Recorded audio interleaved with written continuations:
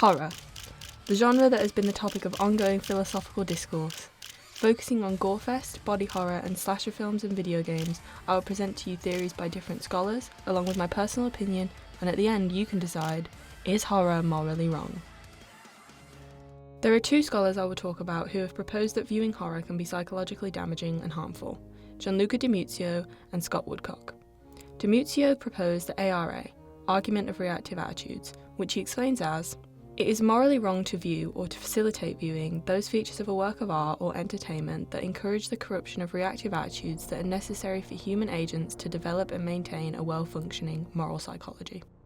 He also proposed the notion that watching horror films was the same as watching Nazi cruelty films, which he described as being morally wrong and therefore should be condemned.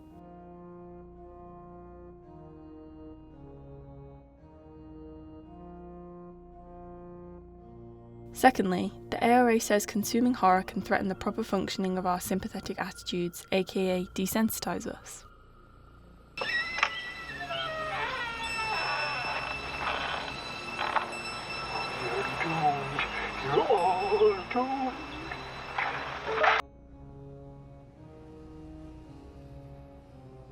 Something I feel undermines this idea of corroded moral attitudes is that a lot of horror is not realistic.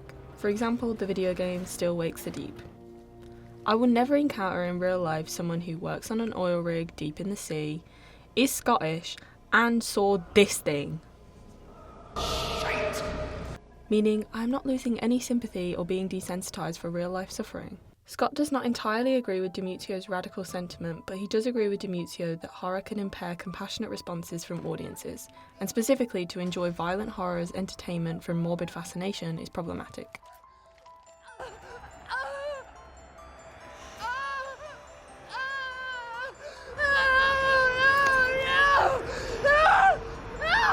Ian Stoner wrote in defense of gory fictions in 2019, where he breaks down the ARA's claims. Firstly, he starts by acknowledging that the ARA justifies certain indoxa, meaning the shared belief of a group of people, in this case, society. I mean, it stands to reason that this... No! What can you do? Stop! What are you doing? What are you doing?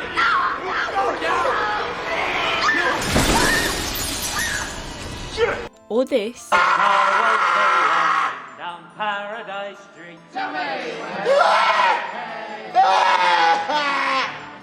can make everyday crime and violence seem tame. However, Stoner points out that there is no statistical evidence to support this idea. And in fact, meta-analysis was done on studies looking for a correlation between media violence and aggressive behaviour, and the results concluded there was no link. His second point is that nobody seems to take issue with violence and suffering outside of the horror genre.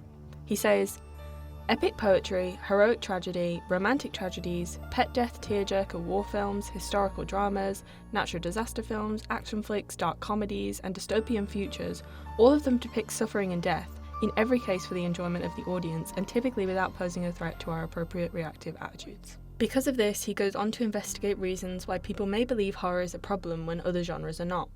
The first idea is artistic merit.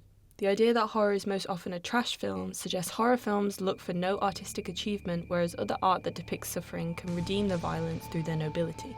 As an example, Shakespeare's plays have been violent and tragic, and have been enjoyed for centuries and are considered high art, something that expands the mind, not corrodes it. In response, critics may say that Shakespeare is excellent art when judged by reasonable aesthetical standards, whereas something like I Spit on Your Grave is not. However, this suggests aesthetic quality determines moral standing. So budget or school productions of the same plays with terrible acting and shoddy stage work could be considered immoral, but a Royal Shakespeare Company production would not be. Aesthetic flaws are not moral defects.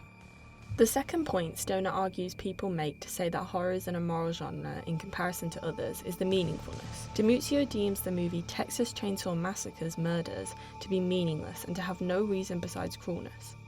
Stoner asks if the acts in Texas Chainsaw Massacre could be redeemed with an urge to moral or other insights. However, there are many horror films that do exactly that. The Saw franchise is undercut with themes of justice and Those who don't appreciate life do not deserve life. The Last of Us has themes of found family, revenge, redemption, and morality, whilst still including brutal torture, murder, and graphic monsters.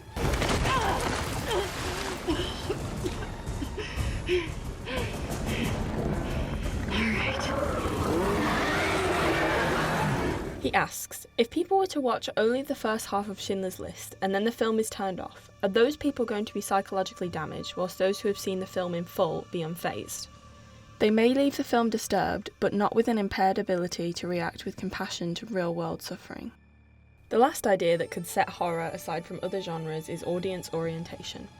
With most art that involves suffering, audiences suffer sympathetically to enjoy the pain. This is called paradoxical pleasure, which is deemed acceptable as no one has issues with people engaging with painful, tragic art. However, to viewers who do not enjoy gorefest media, they assume those who do experience pleasure in watching through vicarious sadism, meaning the viewer is enjoying the pain of those being brutalised or even sympathising with the person harming them. This assumption is false. Most gore fans go into watching something looking to be disgusted and fearful. They're hoping the movie is scary enough to make them look away, or gruesome enough to make them wince, and when this doesn't happen, they're disappointed. We know this promise of paradoxical pleasure is fundamental to audiences through advertising. Games and films promote audience reaction as proof of their terror and disgust. This leads to horror becoming increasingly more extreme in its violence and disturbing nature in order to deliver audiences the reactions they want. An example I thought of in terms of horror being oriented around paradoxical pleasure is the popularity of horror video games. Unlike films, games have an innate interactive nature that immerses players into the diegesis as a character. This way, it is clear that players are experiencing the terror and disgust as themselves rather than watching someone else suffer. In Until Dawn, the player is forced to interact with the story, and therefore the psychological warfare of making choices that could save or doom their characters. This is only furthered by the use of VR in video games, a famous example being Resident Evil 7. Within VR, the player uses their own motion to move and look around, eventually being subjected to torture from a cannibal family. Pairing realistic graphics and the strong sense of presence, VR horror feels real and personal. Stoner points out that enjoying horror needs an emotional distance for the paradox to occur. For example, if someone's family died at sea, they probably won't enjoy the Titanic. These are called deal breakers. There's something the film contains that makes it unenjoyable for the viewer. He points out that the problem with likening Holocaust films to horror is that the Holocaust is a deal breaker for many people. This is probably because the suffering is too real and too recent for most people to be okay with viewing it as entertainment. Stoner also remarks that most audiences don't enjoy gorefest films. Saw 2004 was a huge film by gorefest standards, yet was only the 57th most successful film of 2004, and Saw 2005, the second film, and the most successful of the franchise, was only 21st most successful at the box office in 2005. It's clear from box office evidence that majority of audiences do not enjoy this type of movie. In conclusion, Stoner finds the issue of presenting horror production, distribution, and enjoyment as a moral failing is an escalation of personal taste into misguided righteousness. As for me, boo. I find that horror is subject to a great tragedy that is people demonizing it, even though it is simply just a work of art. The hours poured into creating the SFX makeup and learning the SFX makeup, and designers who are creating the most gruesome creatures they can think of, and for it to be whittled down into people who enjoy it are morally wrong. I just think it's a shame. Obviously, I'm biased as someone who loves horror and loves gore. I think horror's amazing.